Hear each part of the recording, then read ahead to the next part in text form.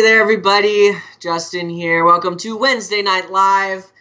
Yes, a different scene if you're like, whoa, what's going on? I am here alone, but not alone because you guys are here. I've already said a hi to a bunch of you in the chat, but I see Dallas here. I see Jacob, Emily, hello. Yes, Thomas, Vivi, a few that I didn't get to say hi to. A few things, as usual, if you had a birthday in the last week, let us know in the comments. And then in the Zoom call, you can spin the birthday wheel and win some fantastic prizes. Also, you might notice in the comments a link that I've been posting. So I just have this wondering, I've been getting a lot of feedback in general on both sides about this caterpillar growing on my upper lip. Dawson Kennedy was throwing me a bunch of shade yesterday at our Tuesday afternoon middle school Bible study, and he was just like, yeah, no, that's terrible. So I've heard so many mixed emotions. So you can go vote, and I have clippers here with me, and I will, if you guys vote in the next I don't know, we got maybe 10 minutes before we gotta move on.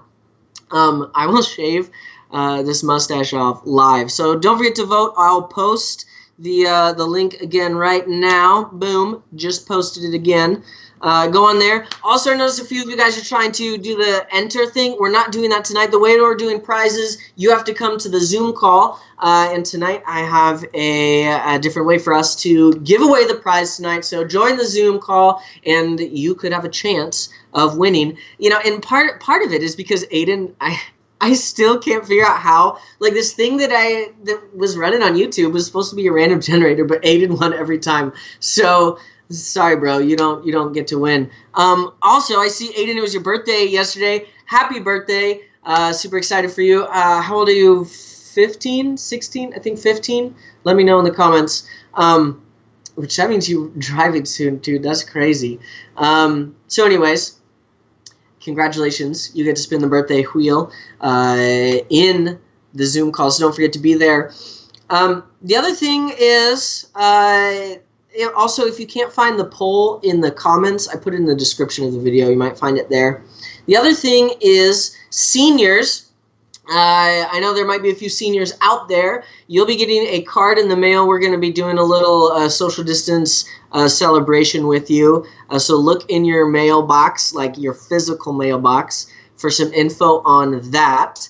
Aiden's 15, sweet. Also, seniors, we want to celebrate you in a few different ways, and we've gotten from your parents some of your senior pictures, and so I'm really excited about that. We also save a bunch of pictures from different events that we want to just celebrate, but not just like that. But on June 10th is going to be your last youth group ever, and we'll be celebrating you, and the whole night is going to be focused on you guys and just celebrating you and the accomplishment of making it these 7 years. By the way, if you're not a senior, this senior class, they're awesome, and they have gone through everything that you're going through in these 7 years, these last 7 years. They're pretty sweet, so if you have a chance to get to know them, do that. But we're going to celebrate you. The next thing is some memes. I got some great memes from you all. And also, Alan, that one that I sent you last minute, I don't know if I brought it up on, so put that one last if that's possible. But let's take a look at some of these memes. This first meme, pop that up. I am on a diet. I used to eat 6 slices of pizza. Now I eat 3. Oh man, that's a real vibe right there. Oh, I'm on that diet. Also, Kaylee and I have been going to Mod a bit recently, and I love Mod pizza. What's your favorite thing to put on your pizza at Mod Pizza? Let me know in the comments. But the pizza cutter has been terrible recently, and I have nothing against the workers there. They are awesome. They make great pizza. But I've had pizza slices like this big and that big, so it's been weird. Yes, bacon. All right, let's see the next meme. Meme number 2. Bapashans. Ingredients, pizza, Bapashans. Too good. All right, that's no more needs to be said about that one. Meme number 3. The theme was food, if you can't tell. It turns out there's lots of pizza. Serving size 4. Yeah, all for me. That hits too close to home. I hate reading on the labels of things what the serving size recommendation is, because I'm like, wait, I always eat this whole thing, and I'm supposed to share this with like 3 other people. Yeah. Terrible. Don't ever do it. There's that mystery meme I'll have to find. Okay, meme number 4. When you just finished the whole pizza and you're not sure if you're disgusted with yourself or want to finish strong with ice cream. Oh, that dog is pretty cute wearing that hoodie. I like that. That's also a true mood right there. I actually love making homemade ice cream, but when I eat too much pizza, I just can't do it. I just can't. Tim Quick, Pastor Tim, he can put down dessert like none other. It's crazy. Then we have one more meme. Alan, you can show that. I think if I just randomly wait a second, I'll be able to see it. 2 hours. Oh, there it is. 2 hours of prep and cooking. Totally worth it. But you know, what else are you going to do? We're stuck at home, right? Those are good. Thank you for sending me those memes. The theme for this week is games. Could be video games, could be board games, card games. There's the classic Uno Draw 25 one. Maybe show your favorite one of those.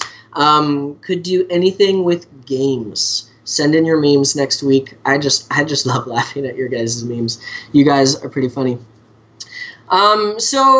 We're going to move on in just a minute. I'm actually going to post one more time. There's the poll. Don't forget to vote if you want to see me cut the mustache off or not. Let's see where we're at right now, actually. Okay, if you want to see the mustache live, you have to vote now, because it is currently looking bad for the stash. Like, it's pretty, yeah, anyways. So I got a couple announcements while you take your last chance to vote if you want.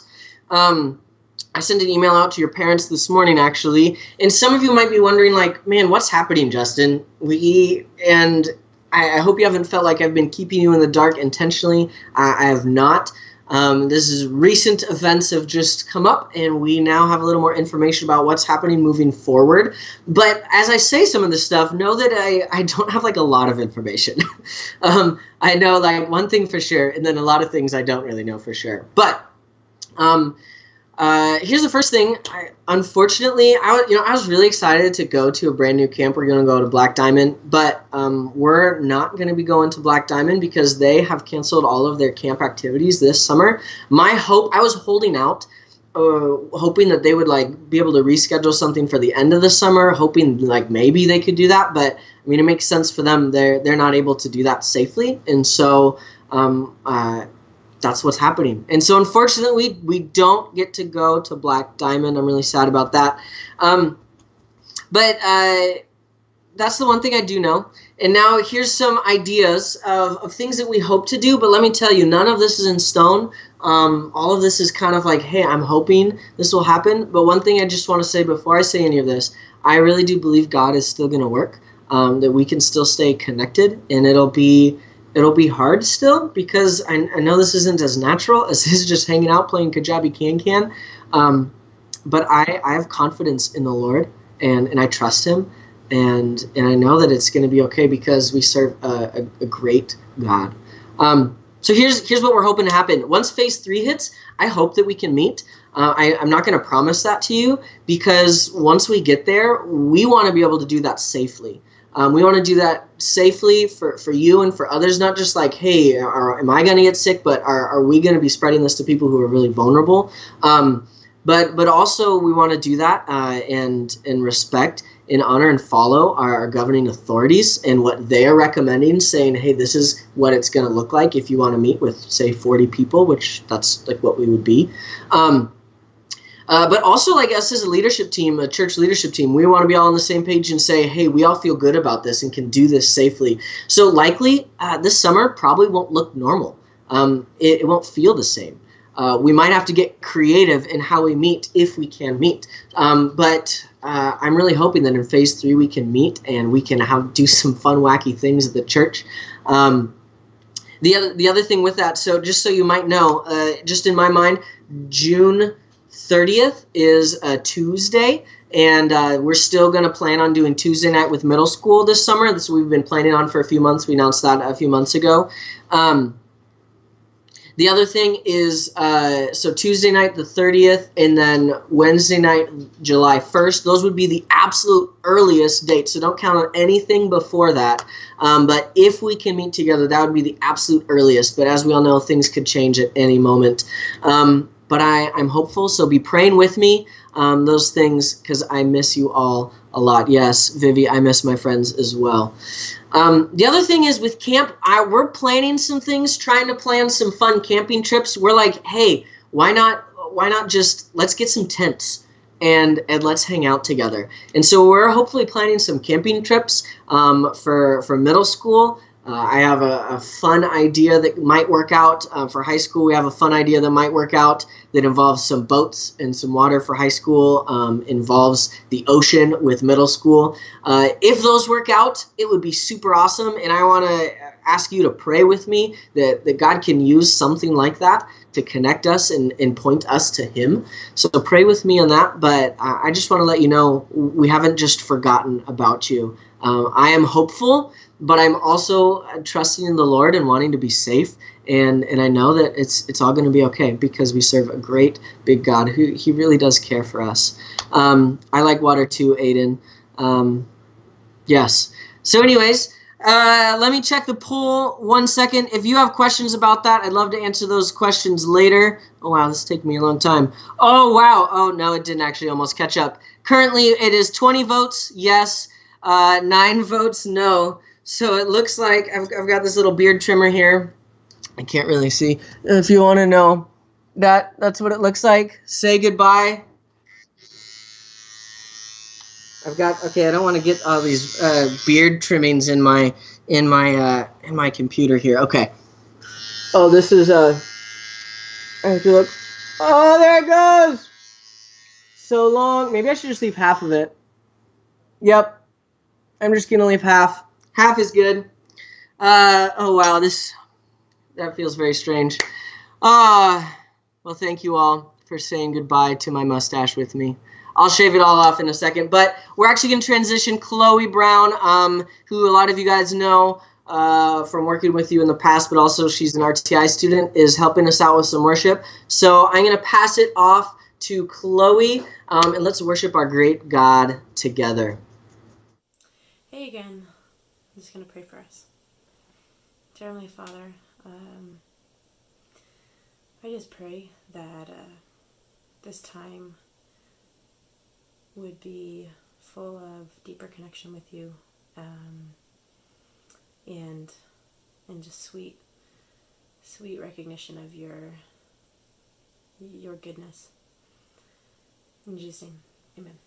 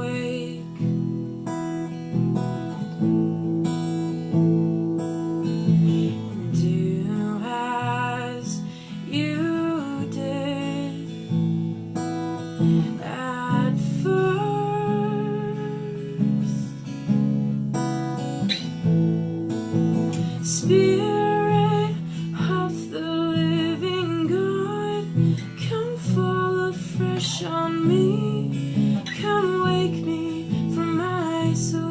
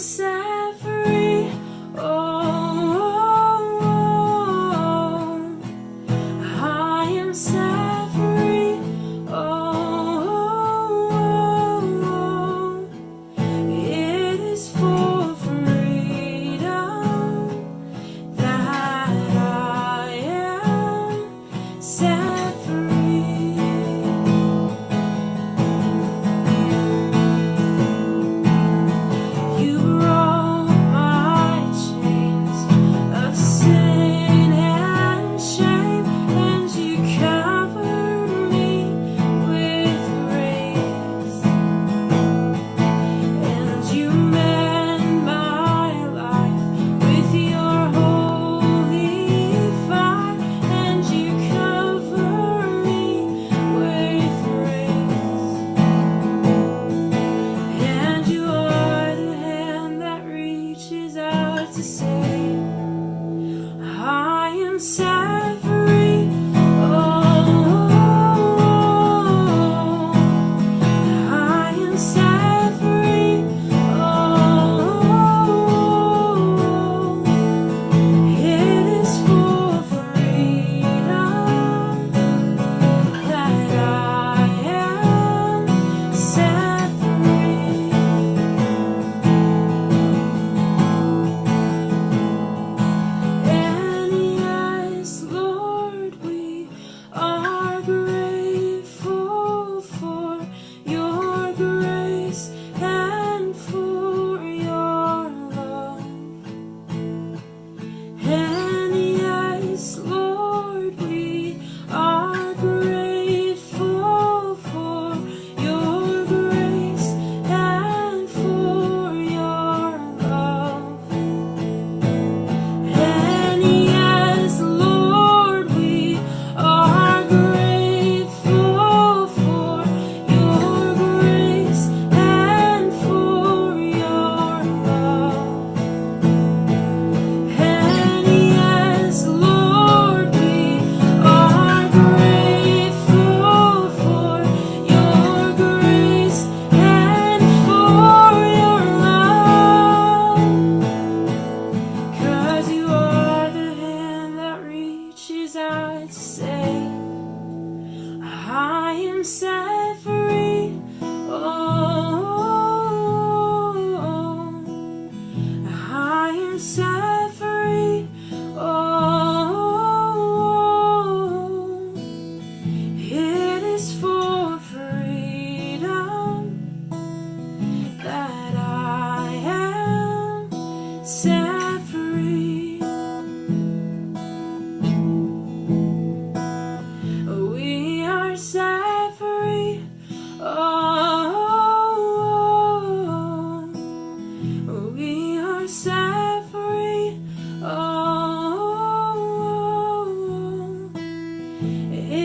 cries for freedom, that we are set free.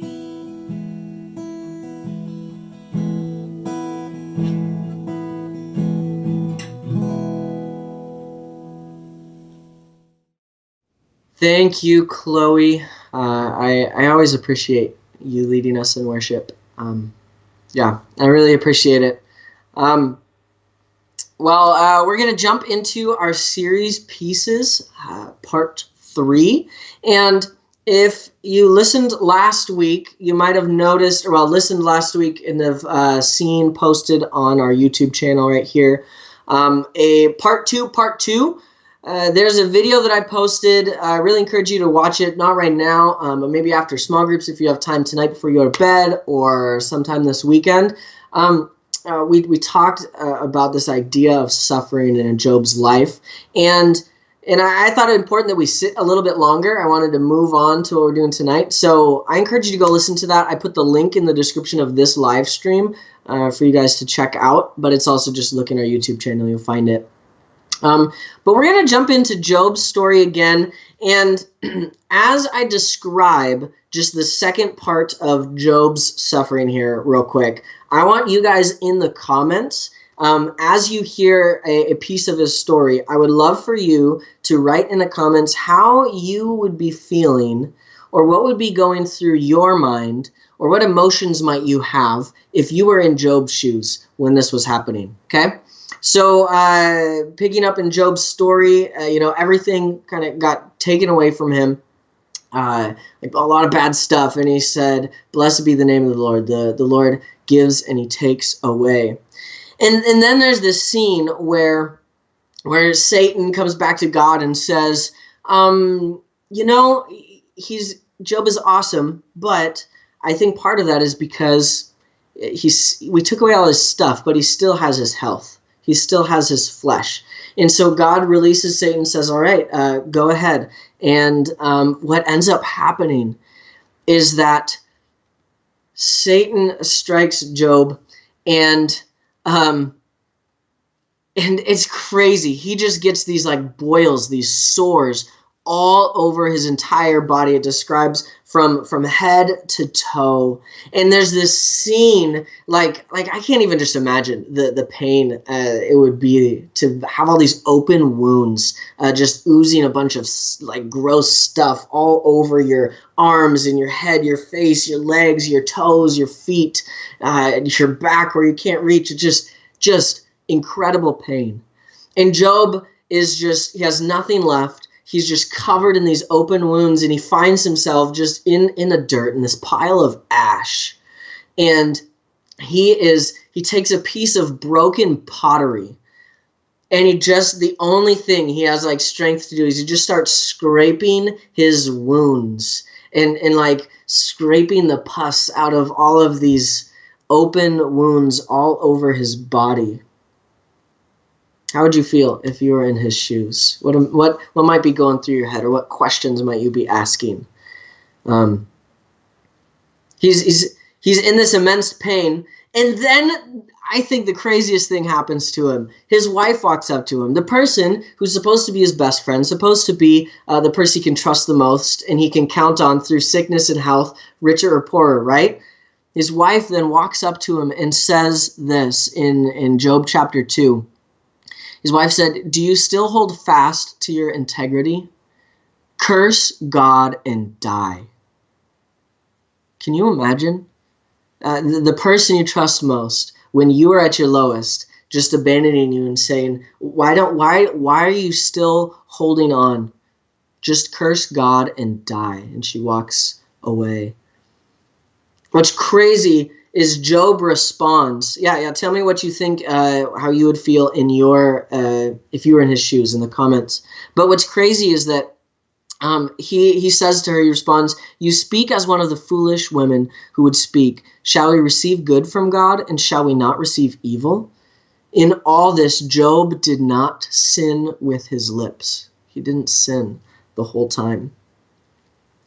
How would you be feeling? Vivi, you said you'd be disturbed. Jacob, you just feel not good. Eli, you say, why me? Right? For me, if I was in that spot, here's some. I would probably have moments of anger, of just despair. I would be so incredibly discouraged.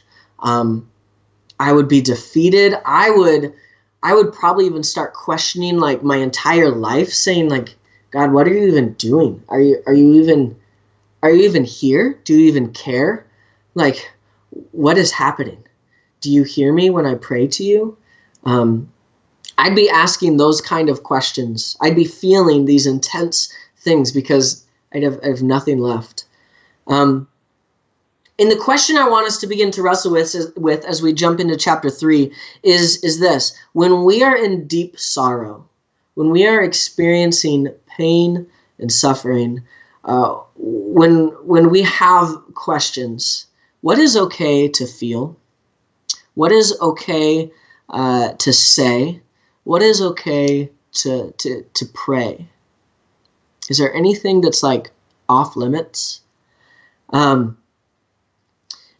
know many of us have experienced very difficult things in our life. Maybe even right now, or maybe sometime in your past, or maybe like, man, something's coming up. Or maybe you haven't like experienced a ton of really challenging things in your life, but maybe you have had some very real questions about faith, about God, even like, God, do you even exist? Some really intense questions, maybe things that you doubt. And you maybe are hesitant to ask these questions, even to yourself, and the question that we're wrestling with, is it okay to be honest? Is it okay to be honest with these things? And there's lots of reasons why we aren't honest. For me, sometimes I'm like, if I'm honest with another person, will they receive me when I open up? Will they judge me when I open up? Or maybe they'll think less of me. That's a huge thing for me personally. Sometimes just the way that our family operates, the way we grow up, it's like, hey, we're not supposed to feel these things or say these things or speak them out loud. That's just the way that our different families maybe operate. Or maybe part of it, the reason why we're not able to be honest sometimes about how we're feeling or a question that we might have, I think part of it can be that we think like, I'm a Christian and Christians are supposed to be full of joy. And I don't feel that right now. But I know this is what I'm supposed to be doing. So instead, I am going to pretend everything's all right and put a fake smile on and say, yeah, I'm doing good. Because that's what we think Christians are supposed to do. For all of us, it might be something completely different from that. But those are just a few reasons why we might hesitate to be honest. And so what I want us to ask, what is okay in this deep pit of sorrow? Because that's where Job is. We're walking through Job. He's in a deep pit of sorrow. So let's look at Job chapter 3. If you have a Bible, open it up. I'm going to read it. I don't have any slides or anything. Sorry, I'm not fancy this week. Oh well. Job chapter 3. I'm just going to start in verse 1 and read a couple verses and then skip down a little bit to the end of the chapter. Job chapter 3, verse 1. After this, Job opened his mouth and cursed the day of his birth. I forgot to say, his friends came and hung out with him for a bit. That's important. His friends came, hung out with him in chapter 2. And then after a while, Job spoke up and said, he cursed the day of his birth. And he said, let the day perish on which I was born. And the night that said, a man is conceived. Let the day be darkness. May God above not seek it, nor light shine upon it. Whoa, that's some pretty dark stuff. Job all of a sudden says, the day I was born, let it not be remembered. Let it be this dark day that's not remembered in history. Let's not celebrate my birthday. It would have been better if I would have never existed because I am experiencing so much pain and loss. Is it okay to say that? Let's read verse 20 Jump down to verse 20 with me. Job goes on, says a bunch of other stuff, but in verse 20 he says, "Why is light given to him who is in misery, and life to the bitter in soul, who long for death, but it comes not, and dig for it more than for hidden treasures, who rejoice exceedingly and are glad when they find the grave." He's basically questioning God and protesting God, directly saying, "God, you give life and you give light, but like, why did you give me that? Because life is just miserable, and aren't you compassionate enough to at least just let me just die so that I don't have to be experiencing this misery anymore?" One thing I just want to make very clear here, because this is a pretty confusing part of the Bible, Job's story. I really don't think Job was contemplating suicide when he was saying all of those things. I think it's really important that you guys all know that. I think the way that he's talking, he was saying, he was hoping that God would end his suffering, even if it meant his own death. He said, "Man, I'm suffering so much, and God, please end my suffering in whatever way possible." But I really don't believe he was contemplating suicide. I think that's really important. I'll get to some more answers that you might be having, to questions you might be having. So verse 24, he says, "For my sighing comes instead of my bread, and my groanings are poured out like water. For the thing that I fear comes upon me, and what I dread befalls me. I am not at ease, nor am I quiet. I have no rest, but trouble comes." Job is just in the pit. Can you imagine asking your friend, "Hey, how are you doing?" And he responds in verse 26 there and says, like, you're like, "Hey, how are you doing?" Your friend says, "I am not at ease, nor am I quiet. I have no rest, but only trouble comes." Man, talk about brutal honesty, right? Normally, when I ask someone, "Hey, how are you doing?" they say, "I'm doing good." But what do we do with this? I don't know about you, but as a believer, I read that and I'm like, what do I do with that? Like, is it okay for Job to say those things? I thought he was supposed to be this upright, blameless guy. Part of the reason why I think this is here is it shows that Job is just a regular dude like you and I. He was upright and he trusted in the Lord through all of that suffering, but he also was very real with how he felt. He's very real and brutally honest with his friends. And as we see, as we're not going to read 35 chapters of Job, but he's brutally honest with God as well. But I think it's also powerful that we see this because we see the real process of him trusting in God. Because trust does not look like manufactured joy and putting on a fake face, because that's what we're supposed to do as Christians. That, my friends, is not trust in the midst of suffering and trial. What is happening here is Job is lamenting, and this is a thing that is pretty foreign for us as Western believers.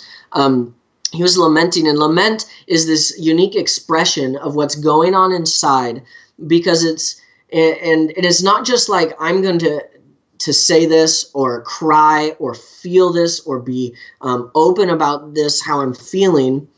It's not just that. Lament is worship in the midst of crying and weeping and feeling these intense emotions because of real things that are happening to us. It's worship in the midst of sorrow, and it's praying through our pain and talking to God about the real experiences that we are walking through.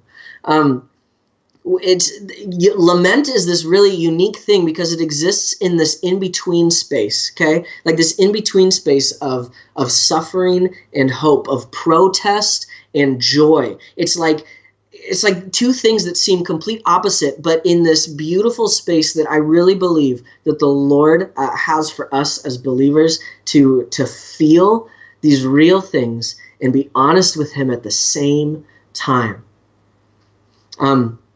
It's beautiful, and it's also kind of mysterious. You see, lament is not about complaining to God. Lament is about being honest with where you are at. It's not about complaining to God. It's about being honest with where you're at. And the thing with Job is, if the story were going to end right there, we'd have some questions. But he sits with his friends, and they have this conversation, and it goes on and on for like 35 chapters of Job, and we're not going to read it all.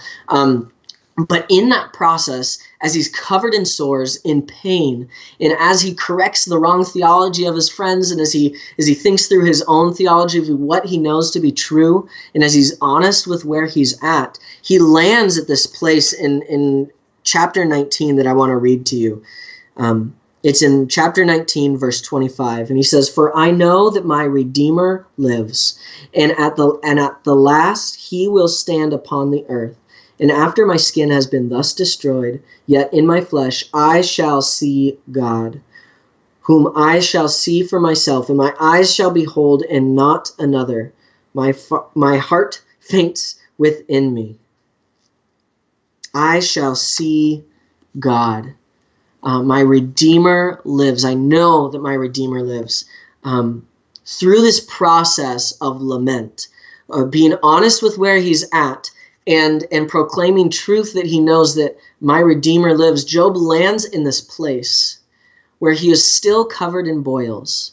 Still, his wife has still rejected him. His stuff is all gone. And he has not been healed. And what I think is so beautiful about lament, and really important for us to understand, is that when we step into lament, when we're honest with where we're at, on the other side of suffering, sometimes we're not healed, but we're different. Sometimes we're not healed, but we end up in a different place, closer to Jesus. And I really believe being able to lament is a huge part of that process. And sitting in that beautiful in-between. I want to give you a few ways you can step into this. I know some of this might be like up here, like, whoa, what's going on? As an adult, I still wrestle with this. This is like a big concept. Here's a few ways you can step into this. Number one, begin by being honest with yourself. Sorry, excuse me. Are there questions that you don't allow yourself to ask? Or when you think about, like, maybe you doubt God's love or his sovereignty or even his existence, maybe instead of like letting those, being honest with those things, maybe you like stuff them and say, no, I'm not allowed to go there. I'm not allowed. So maybe a step is being able to say, okay, I'm going to allow myself to ask these questions because they need to be answered. They need to be wrestled with and sit in that in-between. The second thing is be honest with God. God is big enough to handle your protests. He's compassionate enough to handle your pain. He is never surprised by any of your doubts. He will not shy away from you or laugh when you question. He remains. He sits with you. He weeps with you. And he just desires you to be honest. And I know that's a really hard thing, but praying and being honest with God, with our doubts, with our frustrations, with our anger, with our questions where we're like, I just don't get it, God. I have nothing. Being honest with him. Lastly, be honest with the community of faith. Lament is never meant to just be on your own. I think there's power in lament because it's meant to be in the community. You read the Psalms and it's like, we are feeling this way. David invites us to lament with him in the community of faith. And I know that it's hard on Zoom. I'm not going to pretend that it's not. I completely admit that. I was talking yesterday, actually, Vivi, you're here, I know. You mentioned something really awesome. You're like, we were just being really honest in our middle school discussion group and like talking about some real things. And Vivi's like, it's so cool how we can just be like, we trust each other right now and we can be honest. And I know that's unique in Zoom, and I know it's hard. I'm in an adult life group, and it's hard. So I'm not going to pretend. That's the thing. But I have hope that there can be those spaces when we meet together on Zoom. And I'm hopeful that once we get to meet together, that we can step into those spaces and say, hey, this is where I'm at. I'm going to be honest with you. It's not a pretty space. I know this about God. I question this, and I'm just going to bring it all right here. Can you sit with me in this? because I don't know what else to do. Be honest with yourself, be honest with God, be honest with the community of faith. I hope that you can do that and step into that. I know it's heavy, and I know we all are in these places that we don't understand. But I pray that we can find our hope on the other side of this by sitting in this and arriving on the other side of this different, changed, transformed by the hope that is found in Jesus Christ. And I really believe that we can, because he can. Would you guys pray with me? Heavenly Father, thank you so much for being a God who sits with us, who invites us into this space. God, thank you for not leaving us in our sorrow, but you are present. God, I pray that we can experience you in this way. God, help us to understand what it means to sit in the in-between with each other, with you, with ourselves. God, I just pray over these Zoom groups that we can just have some great conversation and connection. And Lord, I pray that it's different tonight than it ever has been. That there would be a few groups that are just different. Lord, I pray that you would foster that time. We pray this all in Jesus' name. Amen. Amen. Thanks, everyone. Don't forget to jump on the Zoom. We'll be doing some giveaway. Aiden, I saw it's your birthday. I didn't see anyone else. You can spin the birthday wheel in the Zoom thing. That's weird. I'm going to open it up. And thanks, everyone. Peace out.